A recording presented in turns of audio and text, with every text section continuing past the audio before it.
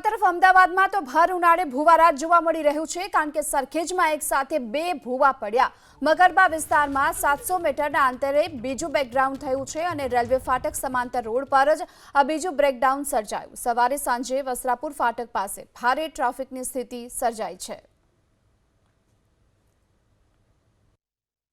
અમદાવાદ સહિત સમગ્ર રાજ્યમાં ચોમાસાનું આગમન નથી થયું, પરંતુ આ ચોમાસામાં તમારે પોતાનું ધ્યાન રાખવું પડશે તે નિશ્ચિત છે, કારણ કે બળબળતી બપોરે અમદાવાદ શહેરના મકરબા વિસ્તારમાં જે લગભગ 6 મહિના પહેલાં આશરે 6 મહિના પહેલાં રોડ બનાવવામાં આવ્યો હતો, ત્યાં આગળ એક મસ્ત મોટો ભૂવો પડ્યો અને તેમાં રિક્ષા ચાલક ગરકાવ થયા છે। દ્રશ્યો અહીંયા આગળ આપણે બતાવીશું। કોર્પોરેશનનું તંત્ર કઈ રીતે કામ કરે છે તે સવાલ દર વર્ષે ઊભા થાય છે અને અધિકારીઓ તરફથી કોઈ પણ પ્રકારના જવાબ યોગ્ય રીતે આપવામાં આવતા નથી। આ બ્રેકડાઉન જે અહીંયા આગળ થયેલું છે તે જોઈને આપ અંદાજો લગાવી શકતા હશો કે અહીંયા આગળ આખી રિક્ષા છે તે ગરકાવ થઈ છે અને રિક્ષા પણ અહીંયા આગળ પાર્ક થયેલી જોવા મળી રહી છે। જે રિક્ષા ચાલક છે તેને દાઢીના ભાગે અને મોઢાના ભાગે ઈજા થવાના કારણે તેમને ટાંકા લેવા પડે તે પ્રકારની પરિસ્થિતિ છે। ચોમાસાની ઋતુમાં અમદાવાદ શહેરની હાલત કયા પ્રકારની થશે તે આ બ્રેકડાઉન ઉપરથી અંદાજો લગાવી શકાય તેમ છે અને અહીંયાના સ્થાનિકો આપણી સાથે જોડાયેલા છે। પહેલાં તેમની સાથે વાત કરવાનો પ્રયાસ કરીશું। સાહેબ, ચોમાસું હજી આવ્યું નથી, ઉનાળો હજી તો ચાલી રહ્યો છે અને આ ભૂવો અહીંયા આગળ પણ એક રિક્ષા ચાલકને ઈજા થઈ છે। પ્રશાસન જોડેથી તમારી શું આશા અપેક્ષાઓ છે કે આ તમને લોકોને આ રોડ ઉપરથી પસાર થતા હોય તો મરવા મૂકી દીધા હોય તે પ્રકારની સ્થિતિ છે? પ્રશાસનના એટલું કહેવું છે, કોર્પોરેશને આ બધી લાલિયાવાડી ના ચલાવવી જોઈએ। આ પ્રજાનો પૈસો છે, આ કોઈ કોર્પોરેશનનો પ્રજાનો પૈસો છે, પ્રજાના પૈસાથી આ રોડ બન્યો છે અને પ્રજા એની ઉપર ચાલવાની છે। પ્રજાનો પૈસો જાય ને પ્રજા પણ મરે, એ દોરી ના ચાલે। આ લાલિયાવાડી ખરેખર નહીં કોર્પોરેશને ના ચલાવવી જોઈએ, કારણ કે હું અહીંયાનો સ્થાનિક છું। કોર્પોરેશનના આમાં કોઈ રસ નથી।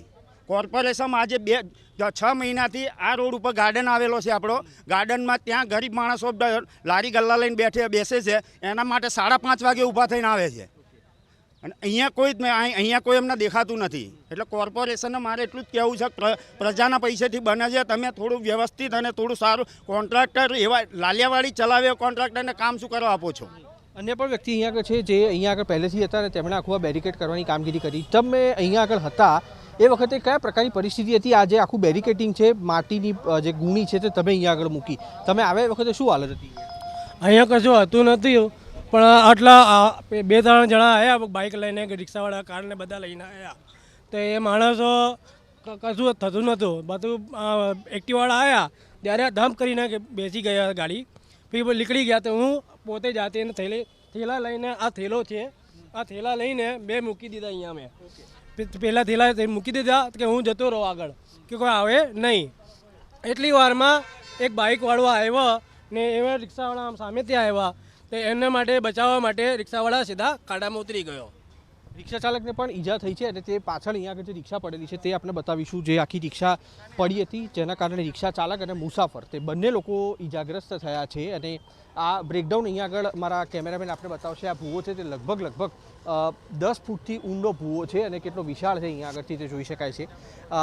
પાણીની લાઈન અને ડ્રેનેજ લાઈન બંને એક સાથે કર્યું હોવાના કારણે આ જે રોડ છે તે બેસી ગયો હોવાની પરિસ્થિતિ છે અને આ રિક્ષા છે તે આગળના ભાગેથી આખી ઉતરી જવાના કારણે તેનો આગળનો જે હિસ્સો છે તે પણ આખો ડેમેજ થયેલો છે અને રિક્ષા ચાલક છે તેને પણ હોસ્પિટલ ખસેડવાની કામગીરી છે તે કરવામાં આવી છે। ઉનાળાની પ્રારંભે ચોમાસા પહેલાં અમદાવાદ શહેરમાં શુભ શરૂઆત ન કહી શકાય, અશુભ શરૂઆત થઈ છે આ બ્રેકડાઉન થવાની, જેના કારણે ચોમાસામાં શહેરની પરિસ્થિતિ કયા પ્રકારની થશે તે અનુમાન લગાવવું પણ ભયાવહ છે। કેમેરામેન જયરામ રબારી સાથે કુશાંક સોની, એબીપી અસ્મિતા, અમદાવાદ।